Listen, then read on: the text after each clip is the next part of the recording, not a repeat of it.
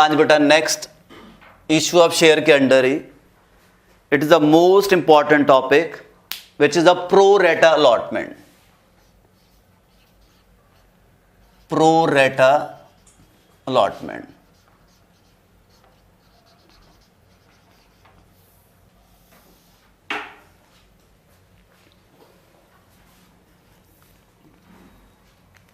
सो बेटा पहले प्रो-रेटा का जो बेसिक मीनिंग है,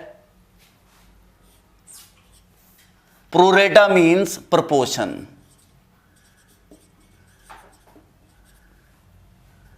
और ratio. Under this allotment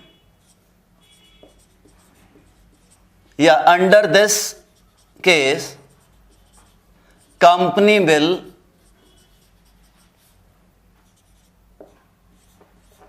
made allotment to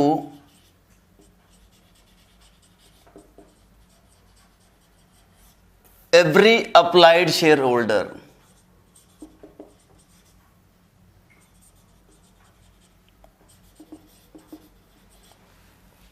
ठीक है, तो company will made allotment to every applied shares. ठीक है, फॉर एग्जाम्पल से company offer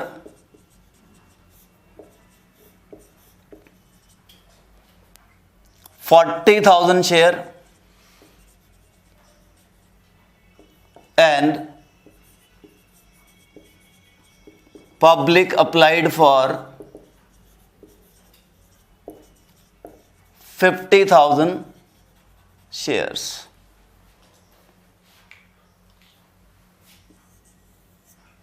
And company made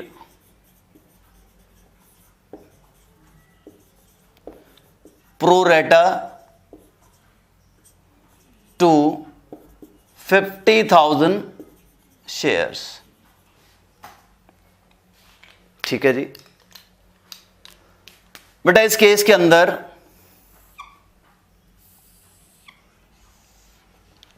जो ऑफर्ड शेयर्स थे वो क्या थे?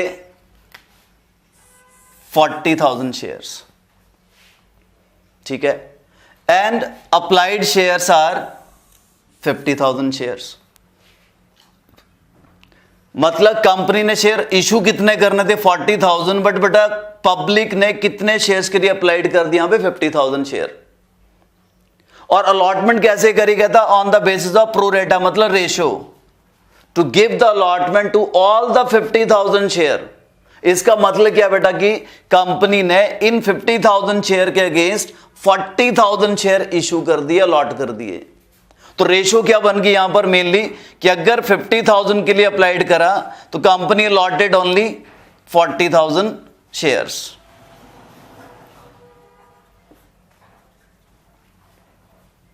So, in this case, the pro-rata is, yeah, you can say pro-rata ratio is 5:4. Means the person who applied for 5 share, company gives him only 4 shares. And his excess money to be adjusted in further allotment. ठीक है, तो बेटा इस सारे process को क्या बोलेंगे हम? Pro rata allotment. ठीक है, बट इसके अंदर जो प्रॉब्लम आती है बेटा यहां पर कि अगर शेयर्स प्रो-रेटा बेसिस पे इशू हो रखे हैं और excess money to be adjusted on allotment रखा है वहां पर, और फ्यूचर के अंदर जाके क्या मिला कि अगर कोई शेयर होल्डर अलॉटमेंट मनी पे नहीं कर पाता और उस रीजन से बेटा कंपनी उसके शेयर भी फोरफिट कैंसिल कर देती है. ठीक है, तो ऐसी सिचुएशन के अंदर उसका जो एक्सेस अमाउंट है विच is already paid by him at the time of application, ठीक है, वो कंपनी ने ऑलरेडी एडजस्ट कर रखा था अलॉटमेंट के अंदर, बट आगे जाकर बेटा उसने अलॉटमेंट मनी पे नहीं करी. he fails to pay the allotment money and his shares being forfeited. तो ऐसी सिचुएशन के अंदर क्या रहेगा, नॉर्मली उसका जो एक्सेस अमाउंट था which is already adjusted in allotment, no बेटा we have to make him readjust. ठीक है, ये केस है जो नॉर्मल से डिफरेंट केस रहेगा कि अगर वो फेल, उसने प्रोरेटा अलॉटमेंट है पहली condition, and excess money adjusted towards allotment है वहां पर सेकेंड, और third one, if shares are forfeited due to non-payment of allotment money, in that case beta we have to make एक additional adjustment for making the excess amount readjusted. ठीक है, okay चलो इसका एक एग्जांपल देखें, इस वे से एडजस्टमेंट रहेगी.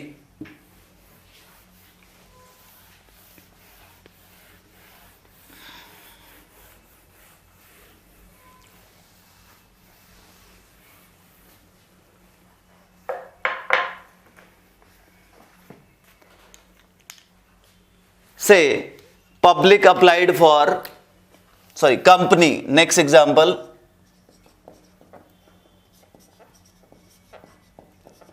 Karthik Limited offer 40,000 shares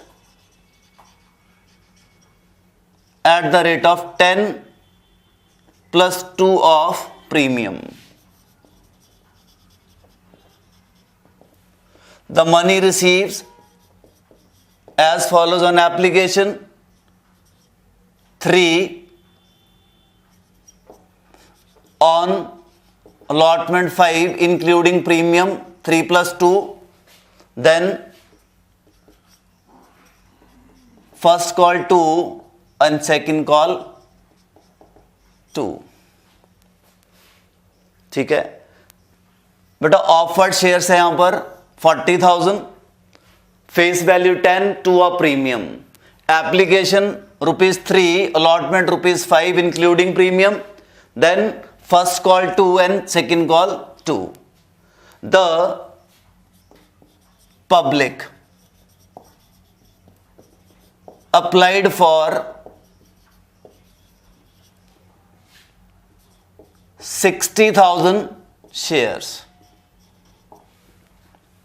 ठीक है जी, तो अप्लाइड क्या हो गया यहां पर बेटा, यहां पर 60,000. The board of director made allotment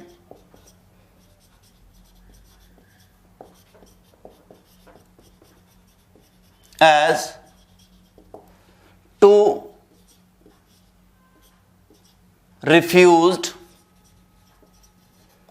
10,000 applications and balance issued on pro-rata basis. ठीक है जी, मतलब बेटा यहां पर अप्लाइड शेयर क्या हो गया 60,000 एंड ऑफर्ड क्या थे 40,000. ठीक है जी, क्या किया अलॉटमेंट के अंदर, refuse 10,000 application and balance issued on pro rata basis. ठीक है जी, आगे all money duly receive except allotment and first call money on 4,000 shares which being forfeited. ठीक है जी, and further one shareholder fails to pay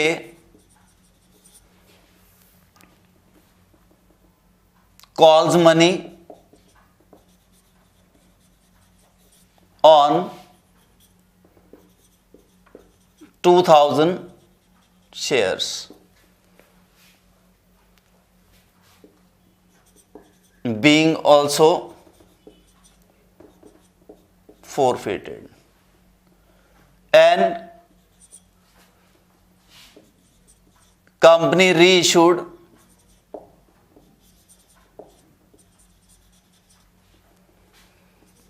all the forfeited shares at the rate of 8 per share। तो बेटा ये normal question,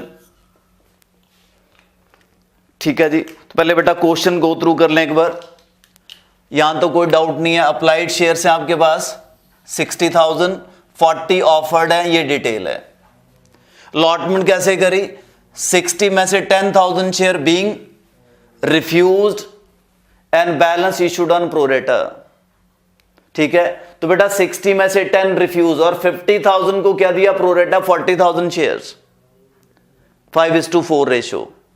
then all money duly receive except allotment and first call money on 4,000 share. किसी के बेटा 4,000 share थे, उसने allotment और first call money नहीं दी, एंड शेयर्स बीइंग फॉरफिटेड। और एक further, one share holder fails to pay the calls money, एक और शेयर होल्डर था उसने कॉल मनी नहीं पे करी, दोनों ऑन 2,000 शेयर्स, इनके भी शेयर्स क्या हो रहे, forfeited, and company reissued all the forfeited share at the rate of 8 per share, ठीक है जी। तो बेटा किस वे से देखो,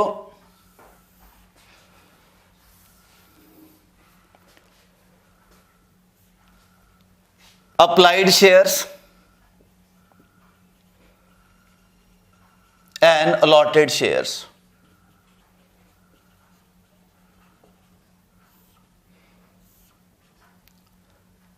टोटल क्या थे अप्लाइड 60,000 एंड अलॉटेड बेटा 40 पॉसिबल है।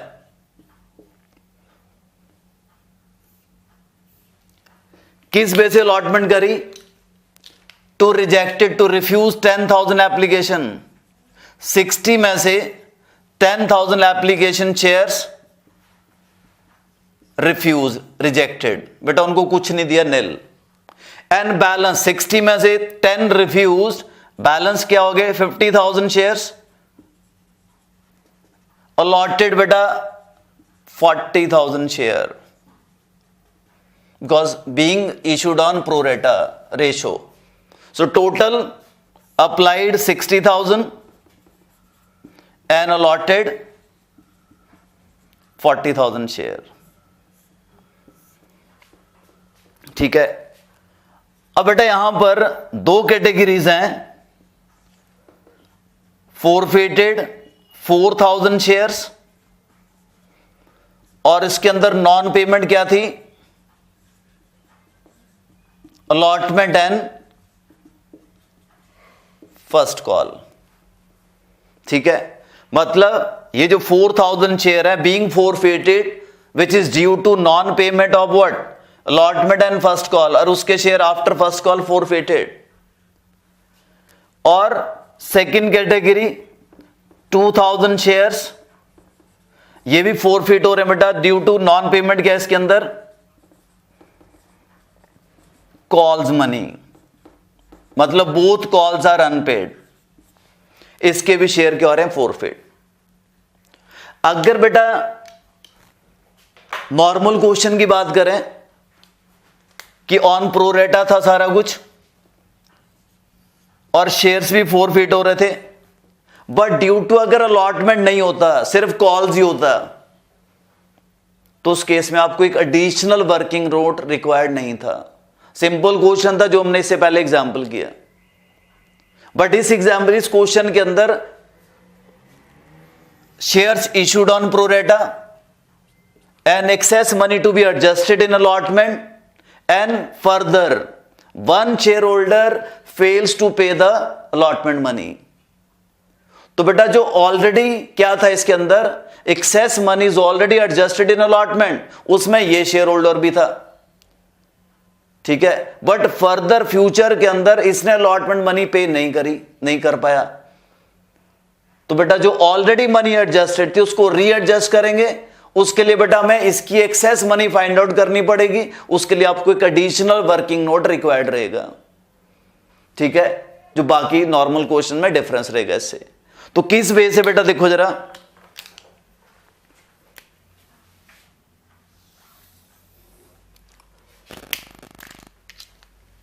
इसकी जो एंट्रीज रहेंगी नॉर्मली स्टार्टिंग से same,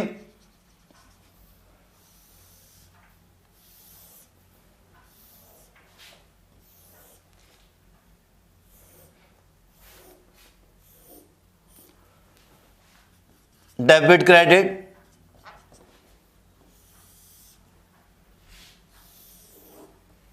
first entry for receiving application money to share application account. बेटा being application money received on, because मैंने बोला था हमेशा अप्लाइड शेयर चाहे कम हो अप्लाइड चाहे ज्यादा हो, ठीक है, तो जितने भी एक्सेस नंबर्स होंगे शेयर से उससे एप्लीकेशन मनी रिसीव होगी अप्लाइड शेयर से, ठीक है। तो 60,000 शेयर्स एंड एप्लीकेशन मनी बेटा ₹3 पर शेयर, यह आ गया 1,80,000। But company offered only 40,000 shares, ठीक है जी, तो लॉटेड भी क्या होंगे 40 रहेंगे। तो बेटा सेकंड एंट्री के अंदर adjustment, share application account debit, कितना अमाउंट था बेटा ऑलरेडी रिसीव 1,80,000, 60 into 3, 2 शेयर, तो बेटा actual amount to be transferred, तो एक्चुअल अमाउंट क्या बनेगा 40,000 शेयर्स का इंटू 3, 1,20,000, ठीक है, क्योंकि इशूड शेयर क्या यहां पर 40,000। एंड बेटा 10,000 applications being rejected and there money being refunded, तो to bank,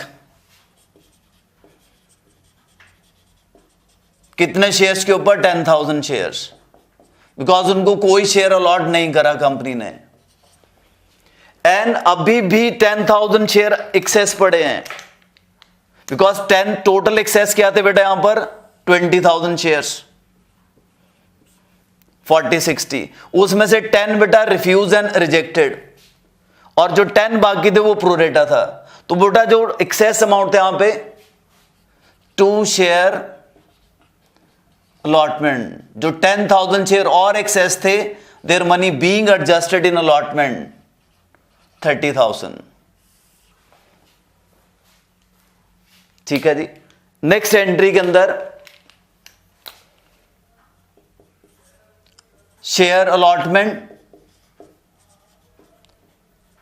2 share capital, premium साथ में यहां पर 2 security premium, so allotted shares are 40,000 and allotment money is 5, तो बेटा ब्रेकअप क्या यहां पे 3 + 2, 40,000 into 3, 1,20,000 and premium 2 per share 40 into 2, 80,000। ये क्या था बेटा ड्यू ऑन अलॉटमेंट। बट बेटा जो नेक्स्ट एंट्री रहेगी 4th वन, वहां आपको क्या चाहिए यहां पर वर्किंग नोट, और उसका रीजन क्या है वर्किंग नोट का, 1 शेयर होल्डर हैविंग, और 1 share holder allotted share under pro-rata and his money was adjusted in allotment excess, but now beta at this stage he fails to pay the allotment money, so in this entry we have to readjust this excess amount। तो उसके लिए हमें क्या चाहिए, एक अलग से working note required रहेगा। किस वे से देखो जरा, वर्किंग नोट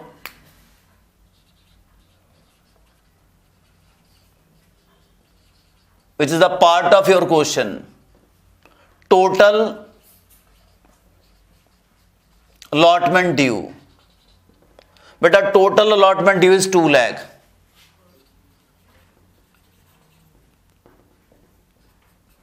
less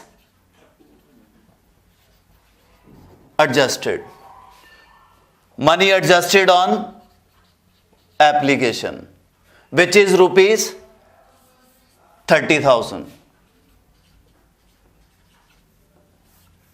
1,70,000. ठीक है, total due amount was 2 lakh rupees and out of 2 lakh rupees 30,000 rupees is already adjusted at the time of application. Now, after this, less allotment unpaid.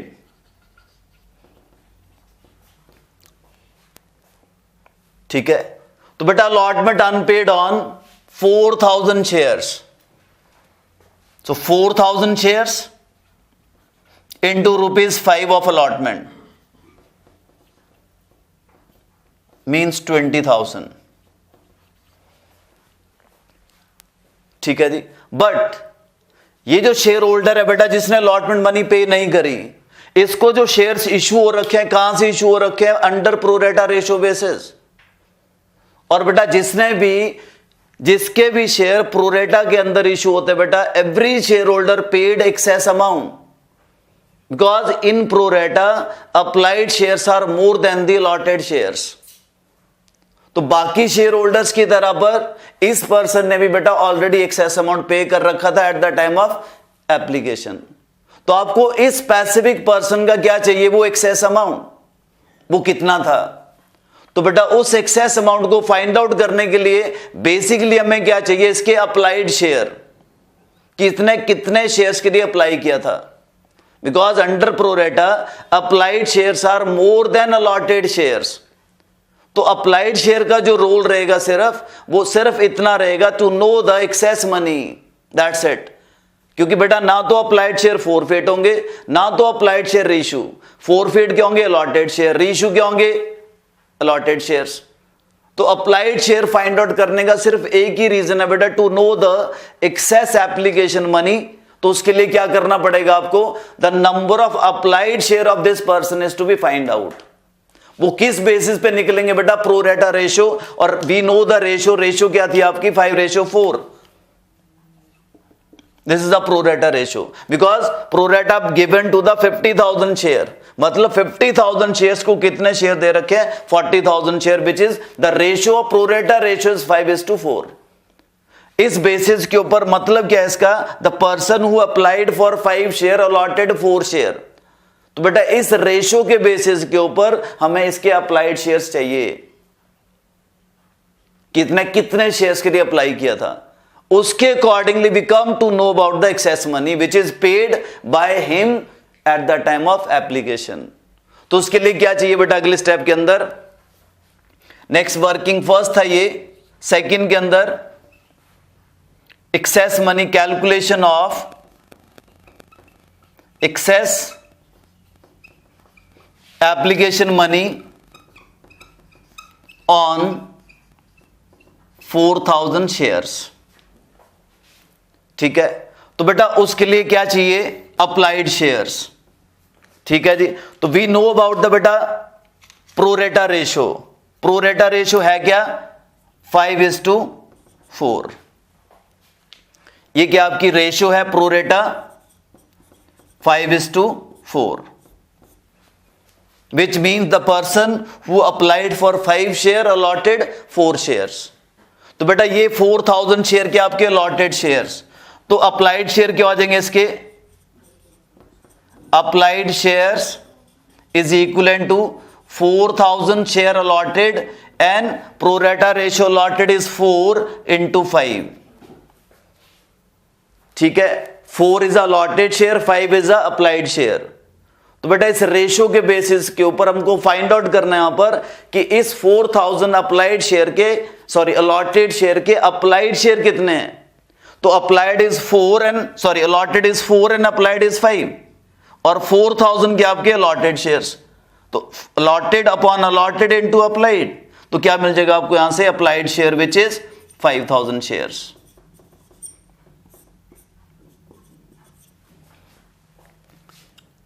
ठीक है जी, मतलब इस पर्सन ने कितने शेयर्स के लिए अप्लाई किया था? 5000 शेयर्स के लिए। कंपनी ने बेटा इसको लॉट कितने करे? 4000 share under pro-rata. So applied share of this person और this share holder and allotted shares of this person. Applied shares are 5000 and allotted shares are which is already given in the question. तो मतलब इस person ने जब company से share मांगे थे तो कितने शेयर मांगे थे? अप्लाई किया था 5000, but company gives him only 4000 share under pro-rata, under proportion.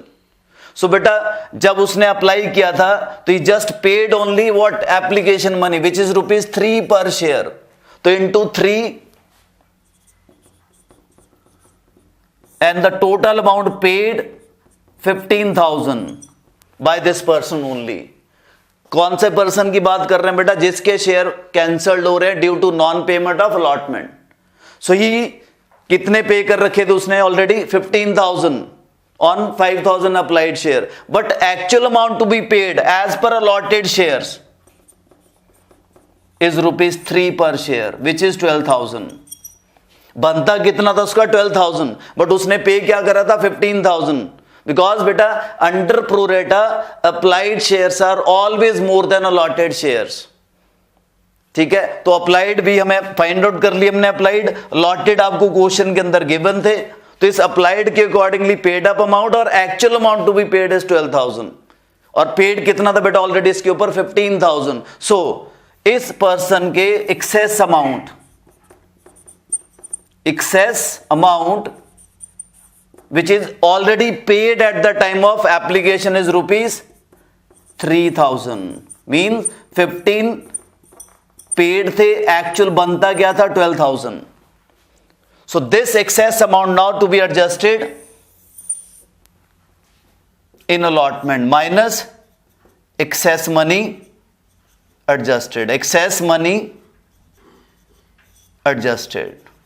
which is ₹3,000। ठीक है जी, तो बेटा आ गया ये 17,000। अलॉटमेंट मनी अनपेड इज 17,000 ना कि 20। ठीक है जी, तो बेटा जो बाकी क्वेश्चन है और इस क्वेश्चन के अंदर सिर्फ ये डिफरेंस है, दिस वन, दैट्स इट। तो याद क्या रखना आपने यहां पर? If the shares are issued on pro rata basis and further shares are forfeited due to non-payment of allotment money and excess money is already adjusted in allotment, तो in that case बेटा we have to find out, we have to make a additional working note जहां से आपने क्या find out करना है? Actual allotment money received. ठीक है, तो हमने क्या करा वर्किंग के अंदर? Total allotment money due 2 lakh rupees. ठीक है जी, उसके बाद बेटा ऑलरेडी एडजस्टेड 30,000 और क्या बच गया? 1,70,000। देन अलॉटमेंट अनपेड बन क्या रहा था? ग्रॉस क्या बना? 4,000 इंटू 5 20,000। ठीक है, बट इस पर्सन ने बेटा already at the time of application excess amount दे रखा। क्यों? क्योंकि इसके शेयर कहां से इशू हो रहे थे? किस कैटेगरी में से इशू हो रहे थे? प्रोरेटा में से। और प्रोरेटा के अंदर हमें पता है कि अप्लाइड शेयर ज्यादा होंगे और अलॉटेड शेयर कम होंगे। तो बेटा हमें क्वेश्चन के अंदर अलॉटेड शेयर गिवन है, क्या किया हमने? अप्लाइड शेयर फाइंड आउट करे, किसके बेसिस के ऊपर? प्रोरेटा रेशो के बेसिस पे। ठीक है, तो क्या रेशो थी? 5:4। तो बेटा 5:4 रेशो के बेसिस के ऊपर हमने क्या फाइंड आउट कर लिया? उसके applied shares. Allotted already given थे, तो अप्लाइड क्या गए? 5,000 on the ratio 5:4।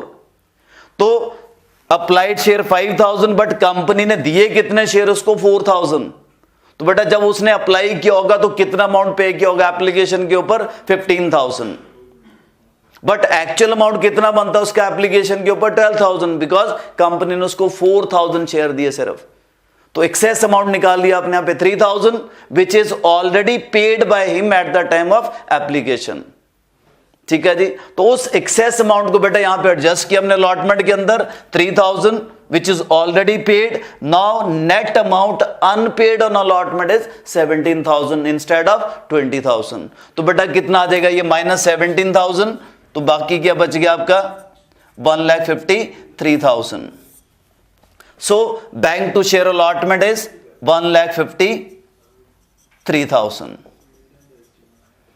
Then next, share first call account debit to share capital account. Being first call money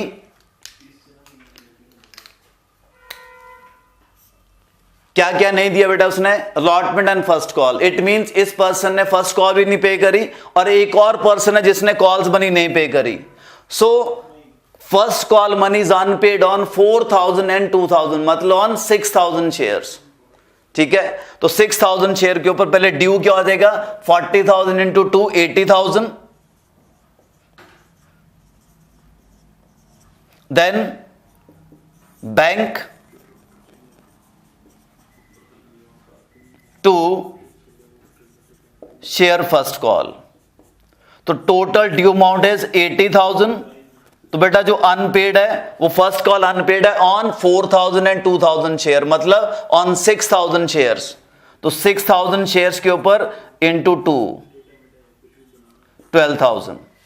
ठीक है, तो ये क्या आ जाएगा आपका 8 20 60 8,000. ठीक है, बिकॉज बेटा 4,000 के ऊपर भी फर्स्ट कॉल अनपेड है एंड 2,000 शेयर्स के ऊपर भी कॉल्स मनी अनपेड है. तो first call money is unpaid on 4 + 2 6,000 share and call money पर शेयर इज 2 12,000. 80 - 12 इज 68,000. ठीक है जी. Then after this 4,000 share being forfeited after the first call given है, हमें लिखा है वहां पर allotment and first call money on 4,000 share which being forfeited. ठीक है, तो यहां पे एंट्री क्या हो जाएगी नेक्स्ट बेटा फोर फीचर की, शेयर कैपिटल 4,000 कॉल्ड अप. बेटा ये जो शेयर फोरफिट हो रहा है बिफोर सेकंड कॉल, मतलब फर्स्ट कॉल के बाद, तो क्या मनी है यहां पर called up 8 32,000 excluding premium. Premium unpaid है तो बेटा 2 security premium on 4,000 premium is 2 per share 8,000. क्या क्या अनपेड था, शेयर अलॉटमेंट अनपेड थी और 2 शेयर फर्स्ट कॉल. तो बेटा अलॉटमेंट हमने फाइंड आउट करी थी अनपेड, वो कितनी थी यहां पे अलॉटमेंट अनपेड, याद रखना 20,000 नहीं है 17,000 अनपेड. ठीक है, जो अलॉटमेंट अनपेड है नॉट 20,000 बेटा, दैट इज 17,000 अनपेड. तो यहां पर allotment 17,000 unpaid and first call on 4,000 into 2 8,000. ठीक है, because 4,000 share being forfeited, called up amount 8 per share 32,000, premium unpaid 2 rupees per share on 4,000 8,000 and allotment unpaid. यहां गलती नहीं करनी, यहां पे नॉर्मल प्रॉब्लम आती है. तो जस्ट रिमेंबर बेटा अलॉटमेंट मनी यहां कौन सी लोगे आप, नेट अलॉटमेंट मनी अनपेड, ना कि ग्रॉस. ग्रॉस जैसे यहां क्या थी 20 में एक्सेस एडजस्ट करा, नेट अनपेड इज 17,000. तो 17,000 टू बी कंसिडर हियर. ठीक है, देन बाकी क्या आ जाएगा 2 शेयर फोर फीचर अकाउंट. क्या आ जाएगा बेटा पेड अप अमाउंट. तो पेड अप अमाउंट आप यहां से टैली कर सकते हो कि उस शेयर होल्डर ने अभी तक कितना अमाउंट पे कर रखा है, वो है 15,000. वैसे भी 32 + 8 40,000 minus 17 and 8 25 means 15,000. This is a paid up amount which is already paid by him. वो हमने टैली भी कर सकते हो बेटा, कंपेयर भी कर सकते हो इस अमाउंट के साथ बीइंग फोरफिटेड. ठीक है जी. देन नेक्स्ट एंट्री क्या होगी अब आपकी, सेकंड कॉल कंपनी. अब सेकंड कॉल के अंदर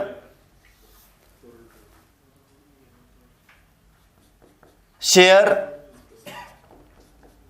second and final call to share capital. बेटा share call money due 40,000 share पहले थे लेस 4,000 शेयर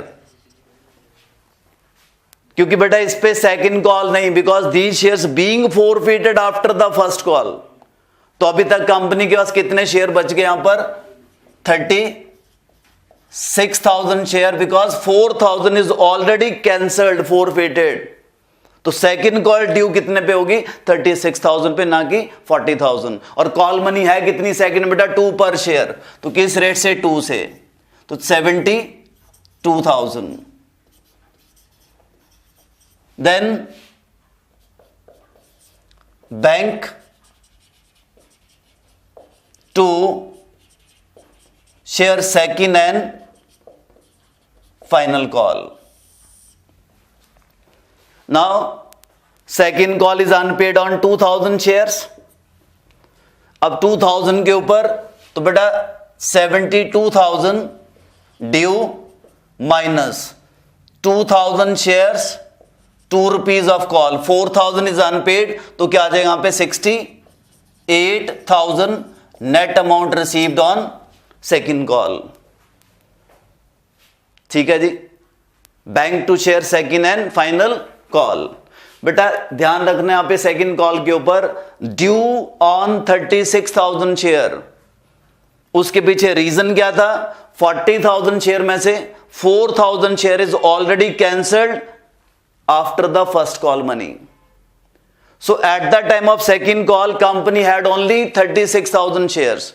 तो 36,000 शेयर्स के ऊपर कॉल मनी ड्यू थी ₹2 पर शेयर, 72,000। एंड उस 72,000 में से one share holder having 2,000 shares fails to pay the second call which is ₹4,000।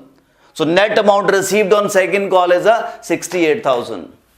ठीक है। तो बेटा ये क्या कह रहा है question? After that his shares also being forfeited. तो उसके शेयर फिर से क्या हो रहे? कैंसल। ठीक है। तो यहां पे फिर से एंट्री क्या हो जाएगी आपकी? Next entry